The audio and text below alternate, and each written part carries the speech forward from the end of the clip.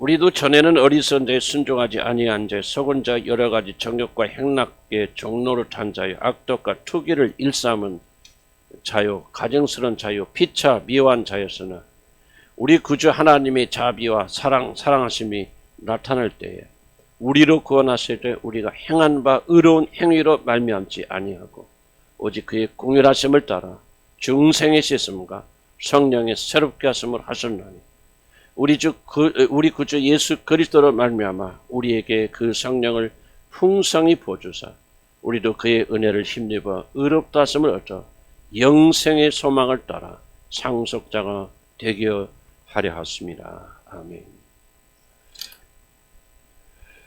오늘 우리가 탄생의 섭리 세 번째 나눈 시간입니다. 중생의 섭리에 대해서 같이 은혜를 나누고자 합니다.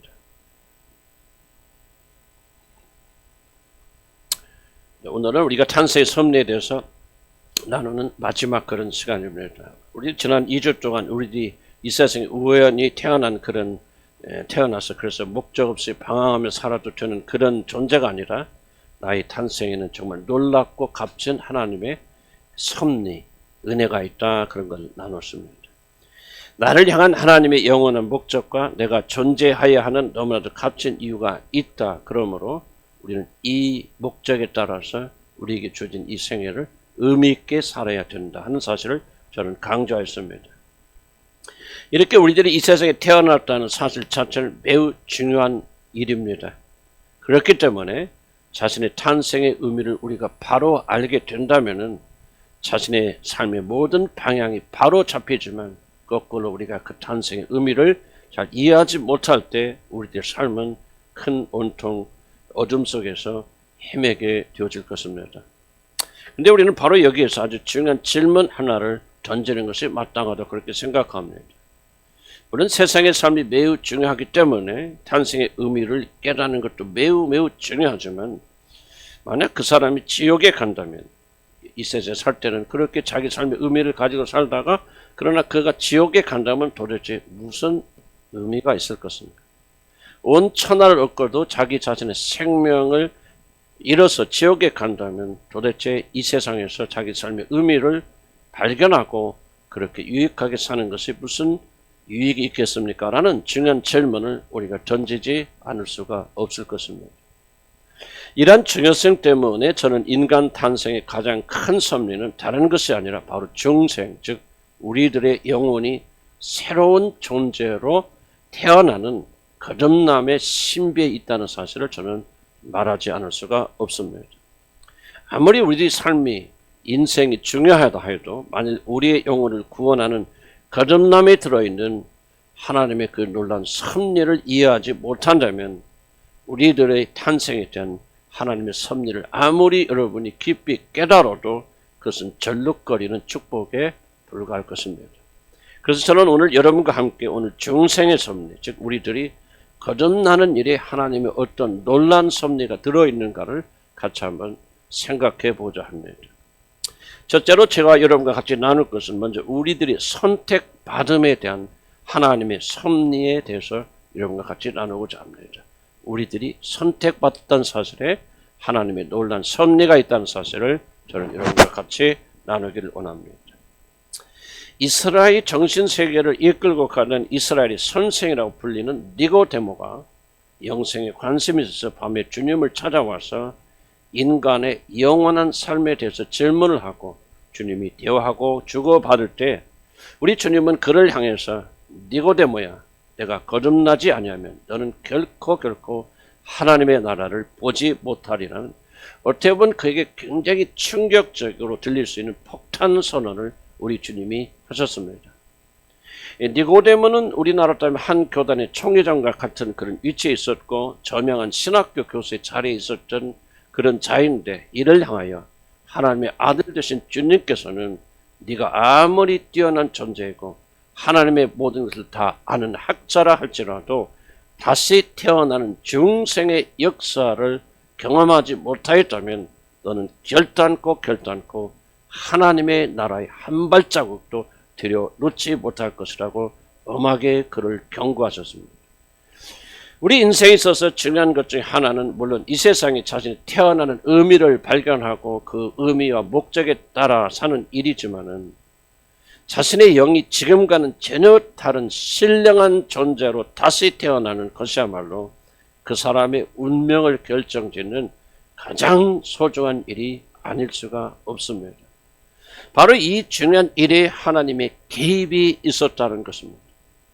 우리 하나님께서는 이 일을 예정하시고 여러분의 구원 받을 것을 개입하시고 주도하셨기 때문에 여러분에게 거듭남이 일어난 것이지, 만약 하나님께서 역사하지 않고 개입하지 아니하고 섭리하지 아니하셨다면 이런 축복을 받을 수 있는 사람은 단 한 명도 없을 것입니다.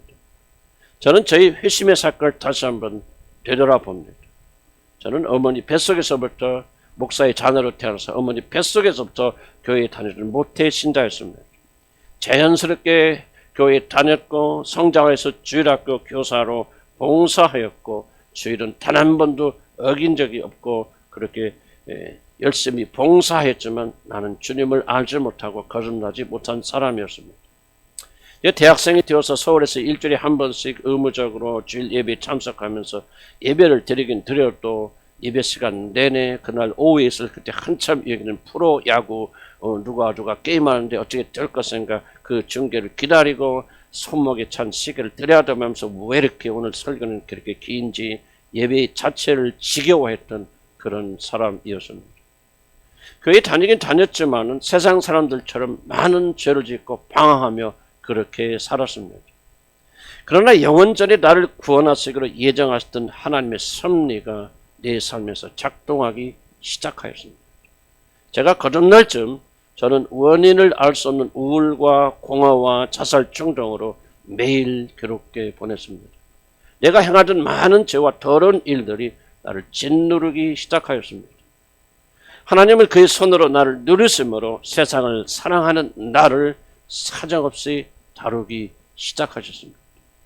하나님의 섭리가 내 안에서 역사하기 시작한 것이었습니다. 저는 한동안 저항하였지만 더 이상은 버티지 못하였습니다.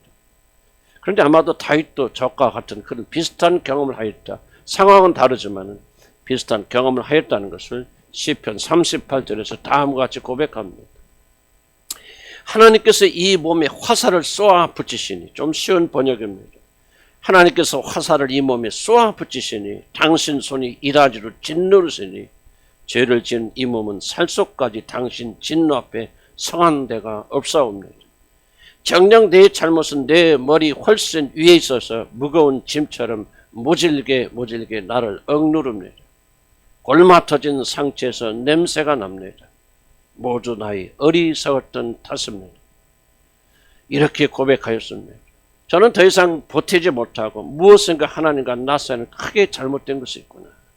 그리고 이것을 바로잡기 전에는 내 인생에 결코 평강이 없겠구나. 이제 나아가는 그만 방황하고 하나님을 받아들일 때가 되었다고 그렇게 깊이 생각하기 시작하였습니다. 그래서 집에서 멀리 떨어진 어느 교회에 갔고 그때 마침 3월 1일이었습니다만 수요 예배를 드리던 인도하던 목사님의 초청에 따라서 제가 23세 되었던 제 3월 1일 날 내 생애 처음으로 예수님을 나의 구주와 주님으로 영접하여 드렸습니다. 바로 그때 나는 성령을 받게 되었고 그때부터 밀려오는 기쁨과 감격과 감사에 저는 6개월을 매일 감격의 눈물로 그렇게 지냈던 기억이 생생합니다. 공부는 뒤로 한 채 지표는 다 쫓아다녔습니다. 얼마나 그 지표가 달콤하고 얼마나 설교가 쏙쏙 들어오고 지금 들어보면 왜 이런 설교 은혜를 받았나 할 정도의 설교지만 그때는 눈물과 감사와 감격으로 누가 그런 은혜를 받았습니다. 수요일 한 번도 빠진 적이 없고 대학교 4학년 한참 논문 준비하고 작품 준비할 그런 시기에 금요일 차라 한 번도 빠진 적이 없습니다. 10시에 가서 새벽 6시에 꼬박 하나님께 매달렸고 주일은 하루 종일 교회에서 사는 그런 삶을 반복했습니다. 어머니 뱃속에서부터 교회 다녔던 저는 23세가 되는 바로 그때에 비로소 진정으로 거듭났고 그때부터 기복과 후퇴도 내 삶에 있었지만은 여전히 하나님 손에 붙들려 이렇게 살고 있습니다. 니고데모야, 나는 내게 진실로 진실로 말하노니 네가 거듭나지 않으면 하나님의 나를 볼 수 없으리라는 말씀이 제 안에서 이렇게 이루어진 것입니다. 저는 여기에 바로 거듭남의 섭리가 있었다고 하는 것을 발견하였습니다. 이미 거듭난 자들은 저와 똑같지는 않지만 다 저와 비슷한 거듭남의 스토리를 가지고 있을 것이라고 저는 그렇게 확신합니다. 우리들이 주님을 만나기 전 우리 모두는 저와 같이 이런 비참한 상태에서 한참 헤맸을 것입니다. 깊은 공허와 혼돈과 삶의 고통 속에서 살던 여러분은 처음으로 진지하게 자신이 빠져있던 기가 막힐 웅덩이에서 어떻게 빠져나올 수 있는가를 아마 처음으로 진지하게 생각하셨을 것입니다. 그래서 여러분은 그리스도 앞으로 나왔을 것입니다. 그 결과 여러분은 저같이 거듭났고 구원을 받은 것입니다. 바로 이것이 하나님의 섭리입니다. 한번 생각해 보시기 바랍니다. 여러분이 전에는 이보다 더 심각한 문제에 부딪히기도 하였고 더 큰 공격에 빠지기도 하였지만은 심각하게 하나님을 찾지 아니하였고 세상의 쾌락과 다른 것으로 달려나갔을 것입니다. 마음이 공할 때마다 여러분이 영화나 극장이나 놀러가는가 먹고 마시는 거나 스마트폰에 빠졌을 것입니다. 그러나 여러분이 거듭날 때는 이번에는 신비하게도 정말 심각하고 정말 진지하게 하나님에 대해서 생각해 보았고 그 결과 여러분은 거듭남을 체험하셨을 것입니다. 물론 우리는 이 모든 걸 다 이해할 수는 없지만 한 가지 확실한 것은 이 모든 것은 여러분이 한 것이 아니라고 하는 사실입니다. 지나고 보니 이 모든 것이 다 하나님의 섭리 가운데 이루어진 것입니다. 하나님께서 친히 나의 구원에 개입하셨고 하나님께서 친히 내 마음에 역사해 주셨고 하나님께서 넘치는 은혜로 나를 덮어주셨고 하나님께서 채찍과 깨달음으로 나를 훈계하셨습니다. 이것이 하나님의 개입이었고 하나님의 역사였습니다. 그럼 한번 생각해 보시기 바랍니다. 이렇게 큰 인생의 위기 속에서도 하나님을 거부하는 자들이 우리 죄는 얼마나 많이 있습니까? 그런데 여러분은 은혜로 말미암아 예수 그리스도를 받아들여서 구원을 받으셨습니다. 바로 이것이 여러분을 향한 하나님의 놀라운 섭리입니다. 저는 목회를 하다 보니까 주위에서 죽을 병에 걸렸다가 하나님의 기적으로 치료를 받은 자들이 죽을 병에서 암병에서 나은 자들이 주님을 부인하는 것을 보았고 거듭나지 못해서 지옥 가는 자들을 많이 보았습니다.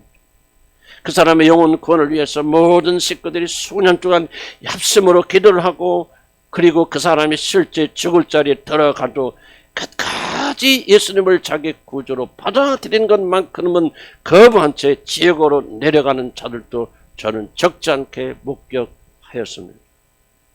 이 모든 것이 다 개인의 선택같이 보여도 저에게는 그리고 여러분들에게는 예수 그리스도를 받아들이고 싶은 마음을 주셨지만은 다른 사람들에게는 그러한 마음을 주시지 않았기 때문에 일어나는 차이입니다. 이것이 바로 여러분의 구원을 향한 하나님의 섭리입니다.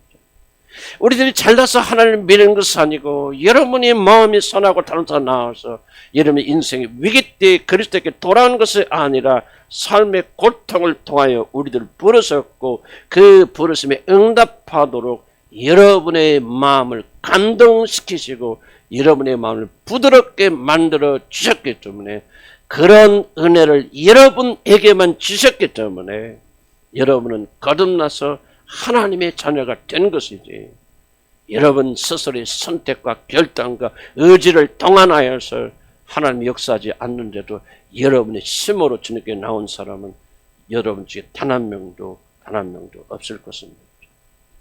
이것은 사람의 힘으로 되는 것이 아닙니다.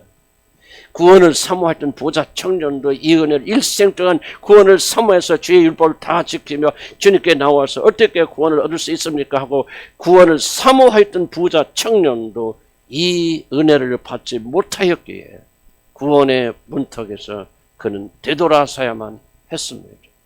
구원의 진리를 사모하여서 많은 사람의 두려움 눈을 피하여서 밤중에 멀리 구원을 얻기 위해서 예수에게 나왔던 이스라엘의 대선생 니고데모도 이 놀란 구원의 섭리를 받지 못해 결국 거듭나지 못한 채 그는 쓸쓸히 되돌아가야만 했습니다. 그런데 정말 보잘것없는 저와 여러분은 낙타가 바늘 구멍을 뚫고 들어가는 것보다도 더 어려운 거듭남을 선물로 받았습니다. 그 이유는 오직 하나, 구원의 섭리, 즉 여러분이 거듭나서 새 생명을 누리도록 영원전에 하나님께서 이유 없이 그의 자비하심으로 여러분 예정하셨기 때문이고, 때가 되었을 때 하나님께서 부르시고 은혜로 여러분의 마음을 열어주셨기 때문이 아니겠습니까?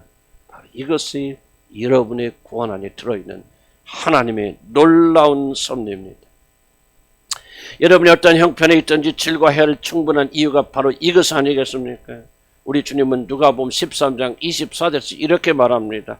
너희는 좁은 문으로 들어가기를 힘쓰라. 내가 분명히 말하지만 많은 사람이 그리로 들어가려고 애써도 들어가지 못할 것이다 라고 그렇게 말씀하셨습니다. 바로 이렇게 들어가기 힘든 하나님의 나라에 여러분은 들어와 계시니 여러분은 정말 행운아 중에 행운아가 아니겠습니까? 하나님의 은혜를 입은 자여, 천사가 와서 마리아를 그렇게 불렀는데 바로 저와 여러분이 그 은혜를 입은 자들이 아니겠습니까? 온 천하보다 더 소중한 여러분의 영혼의 구원을 받았는데 우리같이 큰 선물을 받은 자들이 또 어디에 있단 말입니까? 우리들이 선택을 받았다는 것은 바로 이것이야말로 하나님의 놀란 거듭남의 섭리가 아닐 수 없습니다. 영원전의 이유는 알지 못하지만 여러분을 구원하시고 예정하시고 선택하셔서 부르셨다는 것은 바로 이것이 놀라운 하나님의 섭리입니다. 이것은 값주고 살 수 있는 것이 아닙니다. 그야말로 행운이고 그야말로 하나님의 전적인 은혜입니다. 이제 두 번째로 하나님께서 이 놀라운 구원을 우리에게 거저 주셨는데 바로 거저 주셨다는 것이 바로 구원의 놀라운 섭리라는 것을 성경이 말합니다. 사랑하는 성도 여러분, 거듭남은 돈으로 살 수 있고 여러분의 믿음으로 노력으로 살 수 있는 것이 아닙니다. 그래서 돈이 많던 부자 청년은 되돌아가야만 했습니다. 거듭남은 뛰어난 학식과 위치로 받을 수 있는 것이 아닙니다. 그래서 이스라엘의 대학자 니고데모도 구원받지 못한 채 되돌아가야만 했습니다. 거듭남은 기적을 체험으로 받는 것이 아닙니다. 그래서 죽은 나사로가 실제로 일어나는 부활의 현장에 있던 모든 자들이 다 구원받은 것이 아닙니다. 돈이 많고 학식이 많아도 거듭나지 못한 이유는 거듭나는 돈과 명예와 사람이 이룬 업적과 그의 높은 신분으로는 도무지 살 수 없는 엄청나게 값진 것이기 때문에 그렇습니다. 그런데 은혜와 자비가 풍성한 하나님은 이 모든 것을 그 크신 사랑으로 인하여 우리들에게 거저 주셨습니다. 바로 이것이 여러분의 구원에 담겨져 있는 하나님의 놀라운 구원의 섭리입니다. 오늘 본문 3, 4절에 뭐라고 합니까? 우리 그저 하나님의 자비와 사람 사랑하심이 나타났을 때 우리를 구원하실 때 우리가 행한 바 의로운 행위로 말미암지 않으시고, 거듭남의 섭리는 이와 같이 하나님의 자비와 사람 사랑하심에서 시작된다고 사도 바울은 그렇게 증언합니다. 하나님의 자비와 사랑하심, 이것이 바로 거듭남의 섭리의 시작입니다. 하나님이 우리를 구원하실 때 우리들이 행한 바 의로운 행위로 구원하지 않으셨다고 성경은 그렇게 우리에게 말하고 계십니다. 왜 하나님께서 사람들의 의로운 행위로는 사람들을 구원하지 않으시기로 그렇게 결정하셨습니까? 그 이유는 단순합니다. 그렇게 하면 아무도 구원받을 사람이 없기 때문에 그렇습니다. 스스로 자신을 구원할 만큼 의로운 행위를 할 수 있는 사람은 단 한 명도 이 지구상에 존재하지 않습니다. 그래서 성경 로마서 3장 23절에 의인은 없나니 의로운 자, 하나님의 구원이 필요 없는 자는 단 한 명도 없도다라고 그렇게 증언하고 있지 않습니까? 사람들 앞 도토리 기재기 하는 식으로 자신들의 그 조그맣고 얄팍한 의를 자랑하지만 하나님 앞에서 자신이 의롭다로 자랑할 수 있는 사람은 아무도 없음에도 하나님 앞에 서면 다 우리들은 죄인으로 드러납니다. 사무엘상 6장 20절에 이런 말씀이 기록되어 있습니다. 벳셈에서 사람들이 이르되 이 거룩하신 하나님 여호와 앞에 누가 능히 서리요? 시편 130편 3절에 이렇게 말합니다. 여호와여 주께서 우리들의 죄악을 지켜보시고 살펴보실진데 주여 누가 당신 앞에 서리이까? 만약 하나님께서 인간의 행위를 여러분의 행위를 구원의 근거로 삼으셨다면 그 누구도 자기 자신의 죄를 용서받을 수 있는 사람은 단 한 명도 없을 것이고 이 자리에 앉아 있을 수 있는 단 한 명도 없을 것입니다. 단 한 명도 거듭나지 못할 것입니다. 그러나 하나님은 자비가 넘치시는 사랑의 하나님이십니다. 그래서 아무런 자격이 없는 자들 공짜로 값없이 죄에서 건져주기로 하셨습니다. 그래서 우리는 은혜로 하나님의 사랑으로 그저 공짜로 값없이 구원을 받은 것입니다. 바로 이것이 거듭남의 섭리입니다. 만약 하나님께서 그 무한하신 은혜를 여러분에게 베푸시지 않으셨다면 여러분 가운데 단 한 명도 거듭나신 분은 없을 것입니다. 하나님은 여러분에게 그 넘치는 은혜를 베풀어 주셨습니다. 바로 이것이 여러분의 구원에 담겨져 있는 하나님의 놀라운 섭리입니다.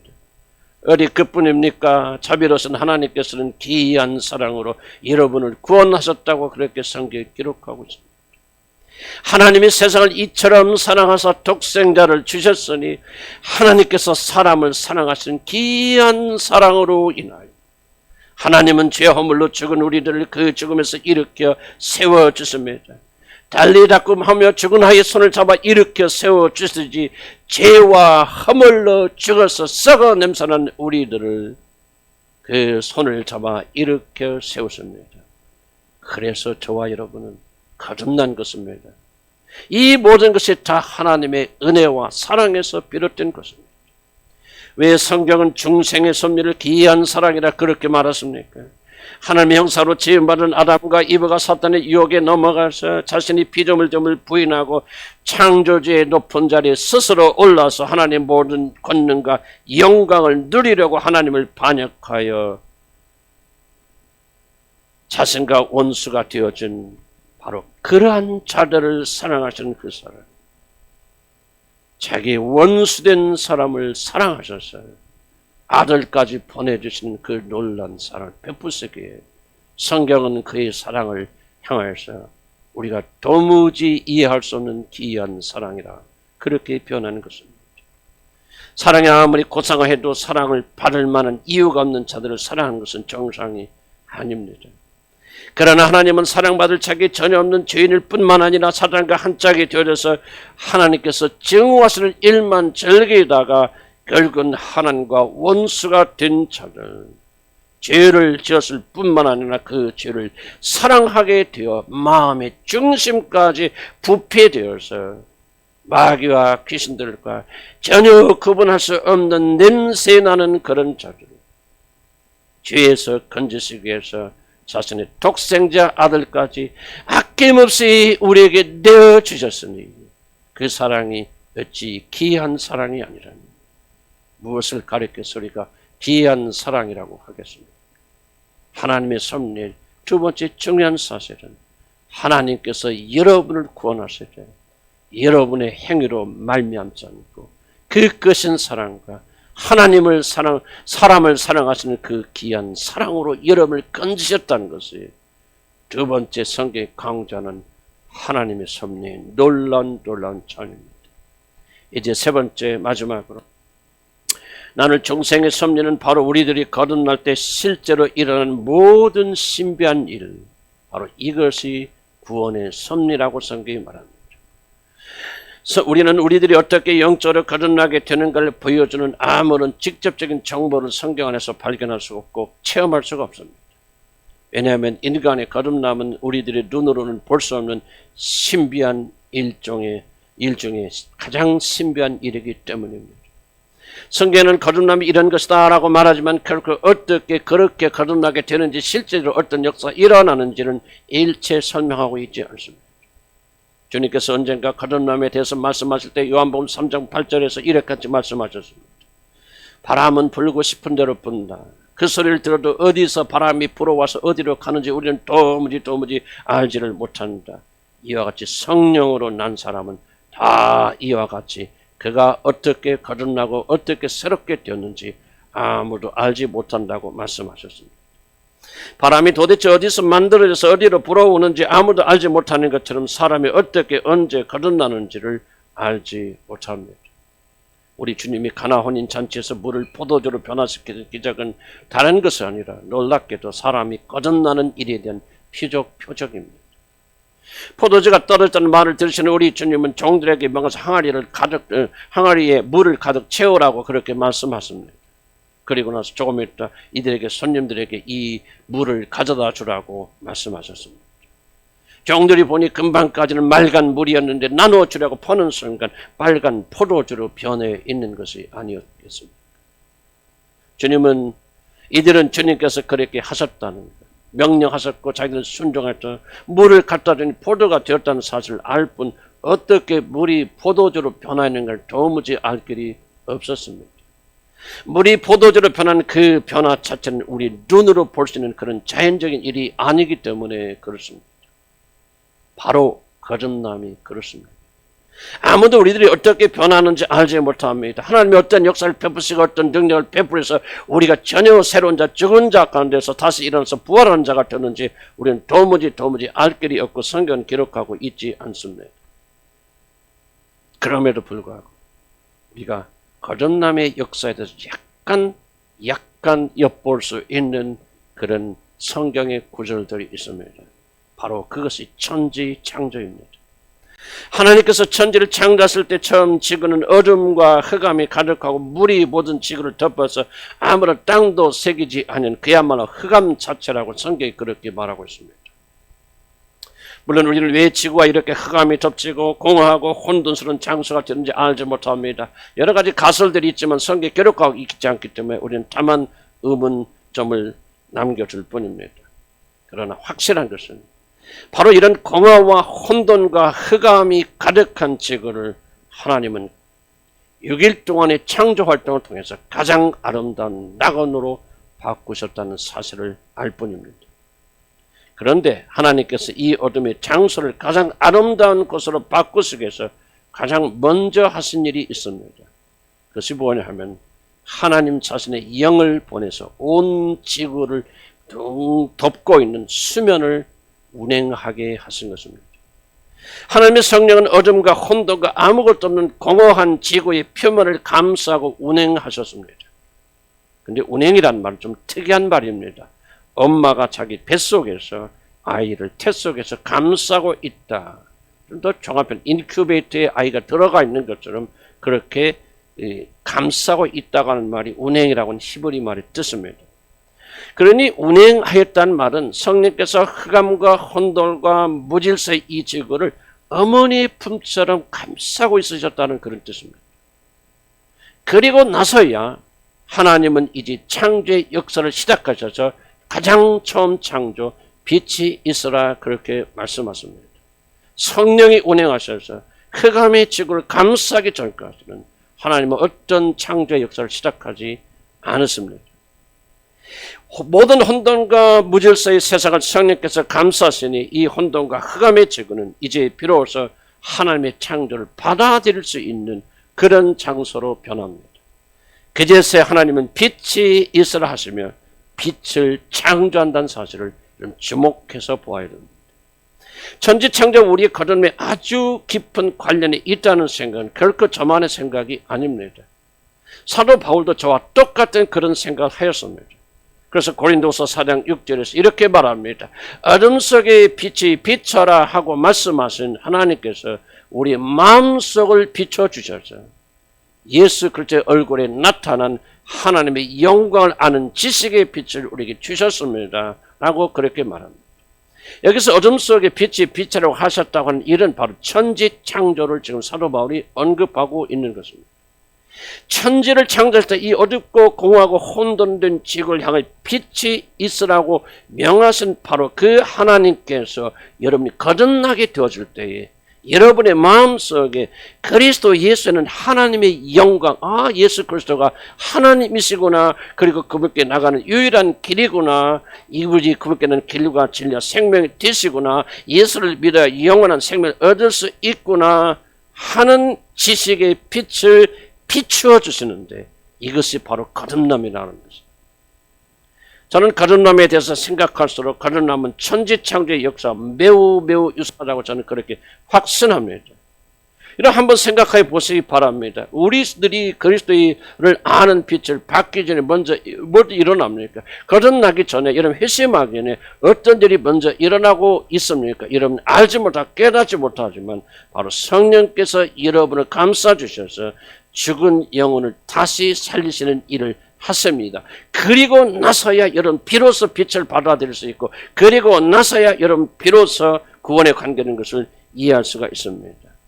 엄마가 아이를 자기 뱃속에 품은 것처럼 우리들이 죄인이고 무기력고 하나님과 원수가 되었을 때, 죄로 따닥따닥 달라붙어서 온전히 죽은 자가 되어졌을 때 성령 하나님은 비밀리에 여러분 알지 못하게 여러분의 마음을 운행하시고 품어주십니다. 그래서 그 완고하고 강팍한 마음을 부드럽게 녹여주십니다. 그래야만 그때부터 빛이 들어오기 시작하고 빛이 여러분을 조명하기 시작하고 구원의 길로 들어갈 수가 있는 것입니다. 여러분의 영혼을 부드럽게 하시니, 죽은 여러분의 영혼을 살려주시니, 그래서 여러분이 이제 비로소 하나님을 알게 하시고 자신의 죄인임을 깨닫게 하시고, 저도 과거에 수없이 많은 어려움과 곤란을 겪었지만 그들은 완고하게 정하다가 내가 거듭날 즈음에는 성령께서 내 마음에 운행하여 주셔서 부드럽게 만드시니, 내가 그런 공격이 있을 때 이제는 세상으로 나가지 않고 그리스도를 향해 나가서 구원받게 되어진 것입니다. 성령께서 흑암의 지구를 운행하신 것처럼 여러분의 마음에 오랫동안 역사하셨기 때문에 여러분이 주님을 찾고 구원을 받은 것이지, 여러분이 스스로 빛으로 걸어나오는 것이 아닙니다. 스스로의 깨달은 것, 스스로의 결단에 의해서, 선택에 의해서 이제 내가 주님을 선택했다, 만나야 되겠다, 거듭나야 되겠다, 그래서 나온 사람 한 명도 없습니다. 성령께서 여러분의 죽은 영혼을 품어주십니다. 어머니의 태처럼 품어주시는 이 운행하심이 없었다면, 이 놀란 섭리가 없었다면 여러분은 결코 오늘 이 자리에 앉아 계실 수가 없었을 것입니다. 그런데 더욱더 중요한 것은 성령께서 오셔서 여러분을 감싸 주신 것만이 아니라 여러분에게 달라붙어 있던 모든 죄를 그리스도의 피로 씻어 내신다고는 사실입니다. 좀 놀랍지 않습니까, 여러분? 거듭나는 일은 씻어내는 일과 깊은 관련이 있습니다. 그래서 본문에서 거듭남을 중생의 씻음이라고 그렇게 말하는 것입니다. 이런 왜 죽었습니까? 왜 혼돈에 사로잡혔고 왜 여러분 영혼의 흑암이 가득한 죽은 자가 되어졌습니까? 우리들이 죄로 인하여 우리들의 영이 마비되고 죽어서 기능하지 않기 때문이 아닙니까? 그렇기 때문에 자신의 죄를 깨닫고 하나님께 돌아오려면 그 무엇보다도 우리들의 영혼이 더덕더덕 달라붙어서 우리들의 영혼이 전혀 기능하지 못하게 만드는 죄를 먼저 성령께서 씻어 내셔야만 합니다. 그 딱지를 떼어놔야만 합니다. 그런데 그 일을 성령님은 홀로 하지 못하십니다. 우리 영혼이 달라붙어서 영혼이 죽은 것처럼 제대로 작동하지 못하게 하는 죄를 제거하려면 그리스도의 피로 그것을 씻어내야 합니다. 그리스도는 물과 피로 오셨다고 그렇게 성경은 우리에게 말하고 있는데, 그것은 그리스도의 피로 우리들의 죄를 씻어내는 것을 말하고 있는 것입니다. 히브리서 9장 14절 이렇게 말합니다. 하물며 영원하신 성령으로 말미암아 흠없는 자기를 하나님께 드린 그리스도의 피가 어찌 너희 양심을 죽은 행실에서 깨끗하게 하고 살아계신 하나님을 섬기게 하지 못하겠느냐. 그리스도의 피의 중요한 기능은 바로 우리들이 죽은 행실에서 우리를 깨끗하게 만들어서 하나님을 올바로 섬기게 하는 것이라고 말합니다. 그렇습니다. 그래서 거듭남을 우리는 중생의 씻음이라고 그렇게 말하는 것입니다. 중생의 과정은 우리들이 인식하지 못하지만 성령께서 그리스도의 피를 가지고 여러분의 죽은 영혼과 마음에 역사하셔서 우리를 덮고 있는 모든 죄악들로부터 우리를 씻어 우리들이 영혼을 살려내시는 것입니다. 여러분의 영혼이 그리스도의 피로 성령의 역사하심을 씻겨내지 않는다면 그 영혼은 결코 그리스도를 받아들일 수가 없습니다. 아직 여러분이 거듭나지 못했다면, 하나님을 알지 못한다면 이 성령의 섭리가 여러분에게 아직 임하지 않았기 때문입니다.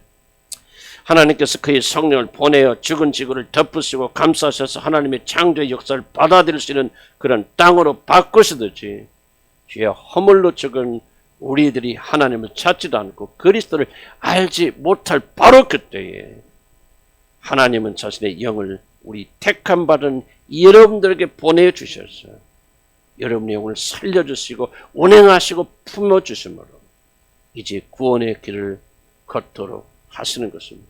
이것이 바로 구원에 나타난 하나님의 섭리요. 이 섭리가 없었다면 어느 누구도 오늘 구원받지 못했을 것입니다. 놀랍지 않습니까? 이 모든 것이 우리 행위가 아니라 우리의 선행이 아니라 우리 다른 자들과 다른 자들이기 때문이 아니라 하나님의 자비와 하나님의 사람 사랑하심 때문에 거저 주어지는 하나님의 선물인 겁니다. 그래서 에베소서 2장 8절에 이렇게 말합니다. 너희는 그 은혜에 의하여 믿음으로 말미암아 구원을 받았으니 이것이 너희에게서 난 것이 아니요 하나님의 선물이다. 죽은 우리를 죄로 인해서 아무런 생명의 일을 할 수 없는 자들에게 성령이 운행하심으로 이제 구원에 관한 것을 받아들일 수 있는 그런 자로 만들어 주셨기에 우리들이 그리스도를 받아들인 것입니다. 제가 23세 때 수요 예배에 참석하여 주님을 내 의지로 순간적으로 받아들였기 때문에 내가 거듭난 것이 아닙니다. 하나님은 자신의 그 거룩한 성령을 보내셔서 나의 모든 죄를 그리스도의 피로 씻어 내어 주셨기 때문에 내 영혼은 다시 살아났기에 복음에 반응하여 하나님의 자녀가 된 것입니다. 이 모든 것이 하나님의 은혜이고 섭리입니다. 우리는 하나님의 사랑으로 하나님의 놀라운 섭리로 이 세상에 왔을 뿐 아니라 저 세상에도 들어갑니다. 저는 찰스 웨슬리가 전하는 찬송과 가사를 여러분에게 들려주므로 오늘 말씀을 마치고자 합니다. 주 은혜에 눈뜬 내 영혼 저 천국 간절히 바라. 죽음과 죄에서 벗어나 저 불에서 타다 남은 가지 같은 나 어찌 주를 높여드릴까? 날 구하신 주를 어떻게 찬양할까? 그 놀라운 일을 어찌 말할까? 내 아버지가 하신 일, 저 지옥 불에서 건져서 날 하늘의 자녀 삼아 주셨네. 이 죄에서 사함받고 첫 천국 미리 맛보네. 그 사랑 어찌 모르느냐? 그 선물 어찌 모르느냐? 저 하늘 은혜 등지고 주 십자가 은혜 왜 외면하는가? 내 죄에 공이 버리고 그 마음문 왜 굳게 닫고 있나? 오 돌아오라 죄인들아, 그 음란한 죄에서 나오라. 굳이 품에 안겨 그 은혜 함께 나누어라. 길 잃고 헤매는 자들아 다 와서 구원받으라. 오 형제들아 자매들아, 그 무거운 죄에서 나오라. 주께서 피를 흘리사 저 천국 문을 여셨도다. 오 지금 오라. 주께 오라. 오 죄 지은 형제 자매들아. 기도하십시오.